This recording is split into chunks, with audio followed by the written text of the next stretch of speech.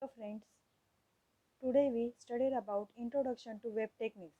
I am Professor Sukanya Gauri from Computer Science Department of KK Wagh Arts, Commerce Science and Computer Science College, Kaka Sahib Nagar, Ranwar.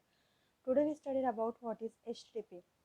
Many applications are running concurrently over the web such as web browsing or surfing, email, file transfer, audio and video streaming and so on.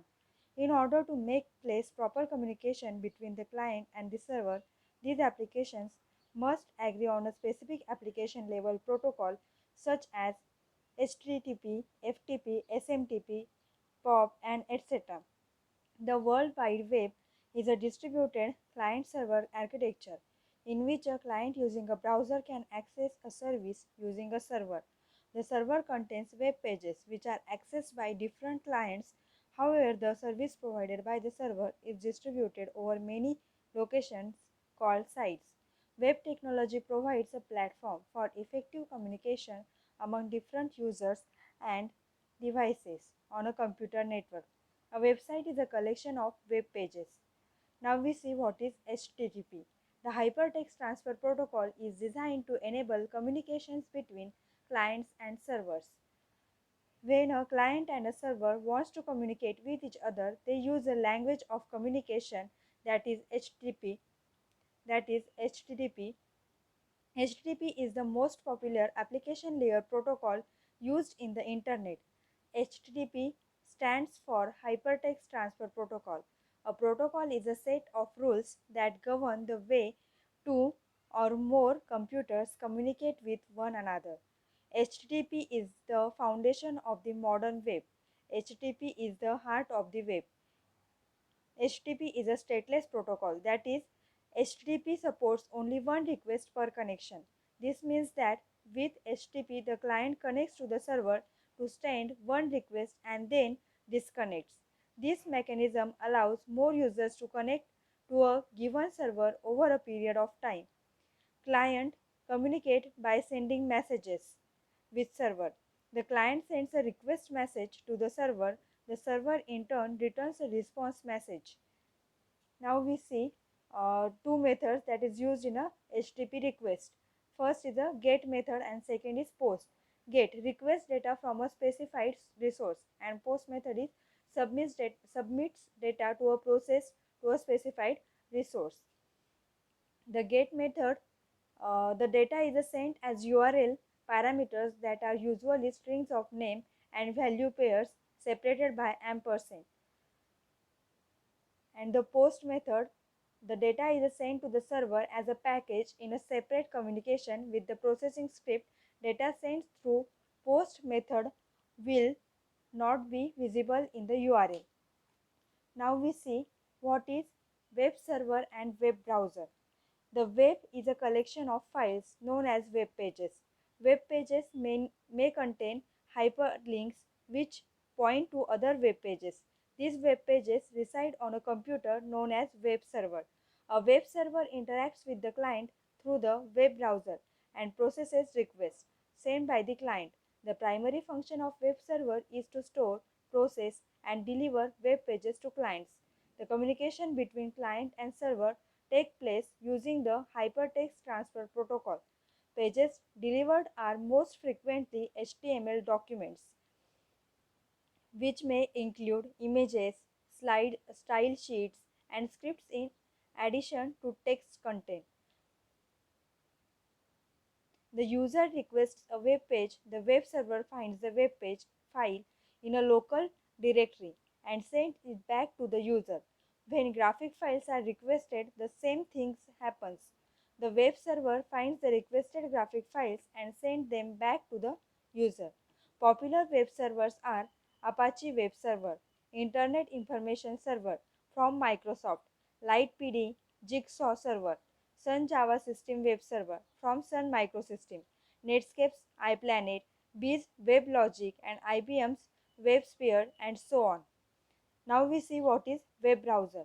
A web browser, commonly referred to as a browser, is a software application which is used to retrieve, present, and traverse information resources on the web or World Wide Web.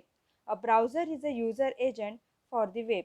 It displays to the user the requested web page and provides numerous navigational and configuration features. Web browsers also implement the client side of HTTP. Thus, in the context of the web, we will interchangeably use the words browser and client. Each browser usually consists of three parts. First one is controller. Controller receives input from the keyboard or the mouse and uses the client programs to access the document. After the document has been accessed, the controller uses one of the interpreters to display the document on the screen. Client, second one is client protocol. The client protocol can be one of the products described previously, such as FTP or HTTP. Third one is interpreters. The interpreter can be HTML, Java or JavaScript depending on the type of document. Popular web browsers are Mozilla Firefox, Internet Explorer, Google Chrome, Opera and Safari, etc. Now we see what is PHP. PHP stands for Hypertext Preprocessor. PHP is scripting language used to develop static and dynamic web pages and web applications. PHP is a server-side scripting language which is used to create dynamic web page. The long form of PHP is PHP Hypertext Preprocessor, which is recursive. PHP files can contain text, HTML, CSS, JavaScript, and PHP code. PHP codes are executed on the server, and the result is returned to the browser as plain HTML. PHP files have extension .php. A script is a set of programming instructions that is interpreted at runtime. A scripting language is a language that interprets scripts at runtime. Scripts are usually embedded into other software environments. The purpose of the scripts is usually to enhance the performance or perform routine tasks for an application. Server-side scripts are interpreted on the server, while client-side scripts are interpreted by the client application. PHP is a server-side script that is interpreted on the server, while JavaScript is an example of client-side script that is interpreted by the client browser. PHP can be embedded into HTML pages. The examples of PHP applications are Facebook.com and Yahoo.com. Now we see some common features of PHP. PHP can handle forms, that is gather data from files, save data to a file through email. You can send data, return data to the user. Second, access cookies, variables and set cookies. PHP performs system functions, that is from files on a system. It can create, open, read, write and close them. It can encrypt data. We add, delete and modify elements with our database through PHP. Using PHP, you can restrict users to access some pages of your website. Now we see the prerequisites for starting with PHP. First one is tools needed for implementing a PHP code. That is a web server application, PHP, database application, web browser and a text editor. Now we see features of PHP in detail. PHP is an interpreted language, hence it doesn't need a compiler. To run and execute PHP code, we need a web server on which PHP must be installed. PHP is a server-side scripting language, which means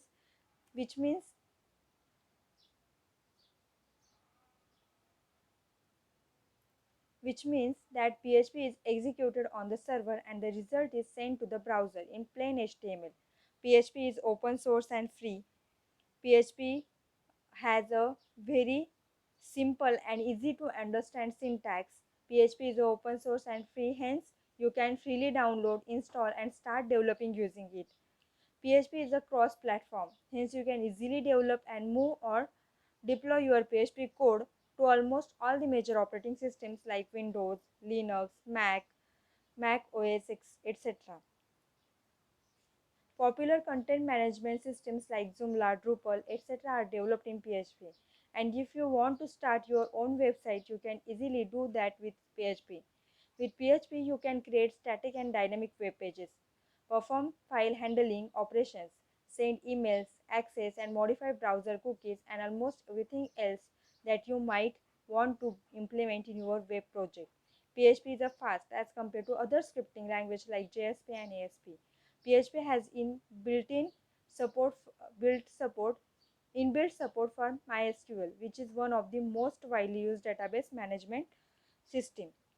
Now we see lexical structure. The lexical structure of a programming language is the set of basic rules that governs how you write programs in that language. A PHP program consists of tokens. Token is the smallest unit of program, such as numbers, strings, variables, constants, operators, delimiters, and keywords, etc. First, we see sensitivity. Case sensitivity words can differ in meaning based on differing use of uppercase and lowercase letters. Words with capital letters do not always have the same meaning when written with the lowercase letters. PHP is a case-sensitive language. The means of user-defined classes and functions as well as built-in constructs and keywords are case-insensitive, but variables on the other hand are case-sensitive. Second is statements and semicolons. A statement is a collection of PHP code that does something. PHP uses semicolon to separate simple statements.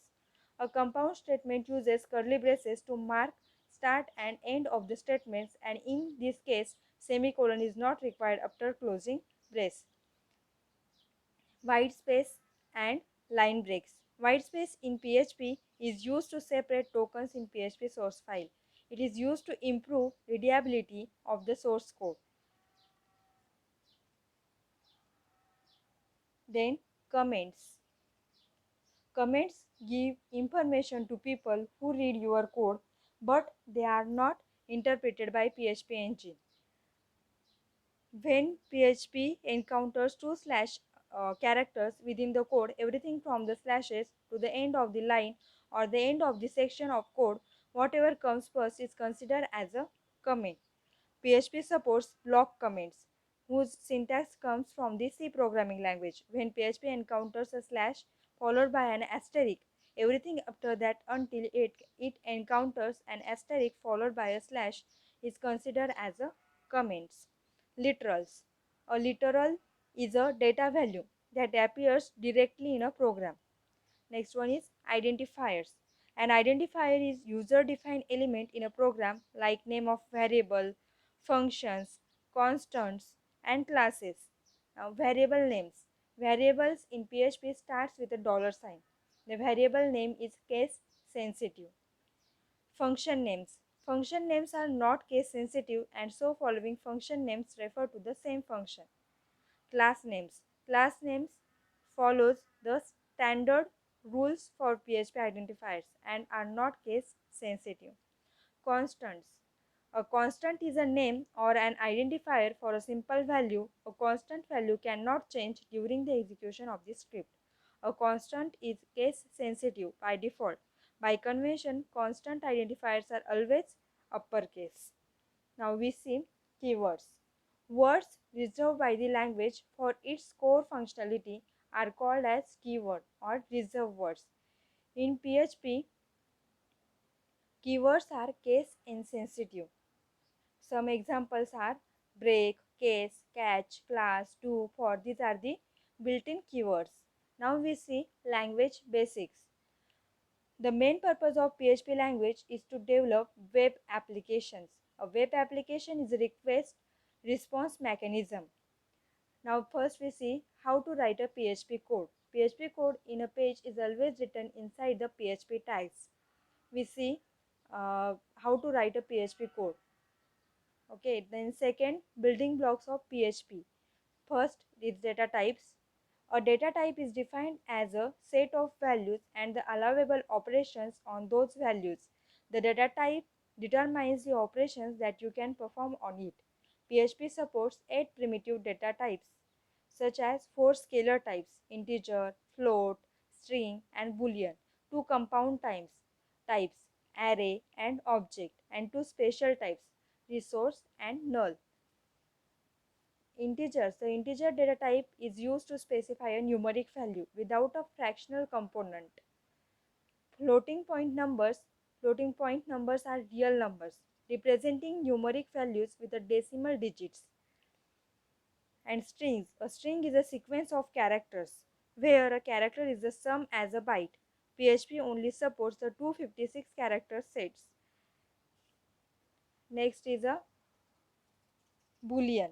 Boolean values can be either true value or false value. Both are case insensitive. Next is a arrays. An array stores group of values under single variable name. In PHP, array is a collection of the different types of values. Next is objects. PHP supports object-oriented programming. Objects are the special instances of the classes that are created by user. Object is a term used in association with classes. A class is a definition of a structure that contains properties and methods. Classes are defined with the class keyword. Once a class is defined, any number of objects can be made from it with the new keyword. Objects, properties, and methods can be accessed with the construct. Last one is a resource. The resource is a special PHP data type that refers to external resource which is not part of PHP native language. And last one is null. This data type is having only one value. This value is denoted by the keyword null. The null value represents a variable that has no value. Now we see variables. A variable is a temporary containers that can hold a value. Variables in PHP are identifiers prefixed with a dollar sign. We see some examples like $name, $age. These are the variables. There are some rules for defining a variable. A PHP variable must start with dollar sign. A valid PHP variable name starts with underscore or an alphabet. The rest of variable name consists of any number of letters, numbers or underscores. PHP variable can be of any length. Uppercase letter is not equal to the lowercase letter. Does not contain spaces. Next is a variables. Sometimes it is convenient to be able to have variable names. That is a variable name which can be set and used dynamically. Value of existing variable is used as a name of new variable. A variables takes the value of a variable and treats as the name of a variable. We see one example. Suppose we define variable $color is equal to black and dollar color is equal to bold. When we print $black, we print our output is prints bold. Next one is variable references. Variable reference is an alias of existing variable. In PHP, we can create reference to some variable. Next one is flow control statements. The control statements are used to control the flow of execution of the program. This execution order depends on the supplied data values and the conditional logic. PHP supports a number of traditional programming constructs for controlling the flow of execution of a program. Conditional statements allow a program to execute different pieces of code depending on the conditions such as if, else, and switch. Looping statements execute particular code repeatedly such as a while and for if statement. The if statement allows you to make decision based on one or more conditions and execute a piece of code conditionally. The syntax is if in bracket expression then statement and else.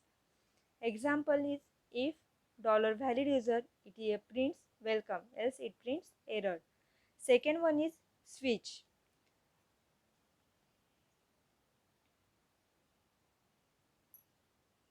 Consider the case where value of a single variable may determine one of a number of different choices. Example, the variable holds username and you want to do something different for each user. The switch statement is designed for just this situation.